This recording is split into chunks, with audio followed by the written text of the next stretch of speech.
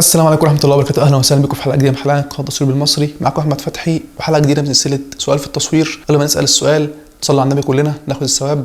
السؤال جاي لنا من كريم الشورى، بيقول عندي سؤال مصيري. عدسه تمرن 70-200 لنيكون، هل مش في فروقات كتير بين عدسه نيكون 70-200؟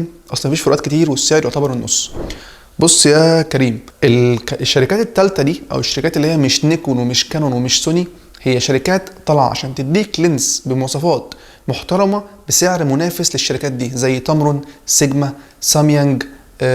في كذا شركه تانية ممكن يكونوا مش منتشرين عندنا، بس في شركات حاجه اسمها ثيرد بارتي او اللي هو الشركه مش نفس شركه الكاميرا.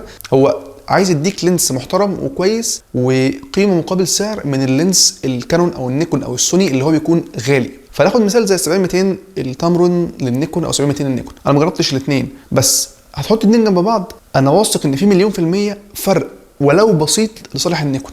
هيكون فرق لصالح الفوكس او فرق لصالح الشاربنس او فرق لصالح الالوان، بس لازم يكون في فرق. على فكره بالعين المجرده انت مش هتجيب الفرق ده. يعني لو صورت صورتين من 70-200 التمرن والنيكون جنب بعض وشفت الصوره عاديه هتلاقي الصوره مفيش فرق.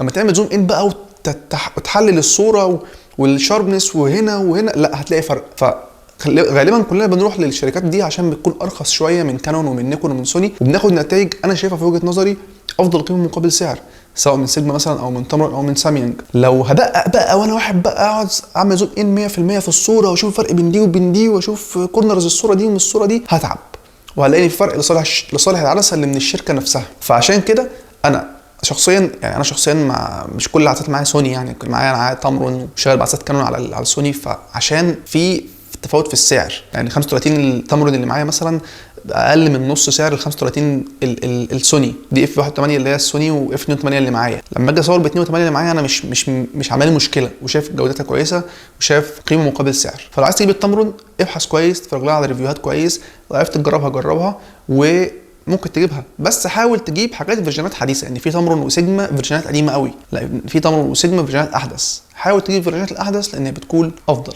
رب اكون فدتك وجاوبتك زي ما انت عايز. حد عنده اي سؤال سيبه لي في الكومنتات تحت الفيديو، لو قدرت ارد عليه هرد عليه على طول. ما تنسانيش من دعائك، وسلام.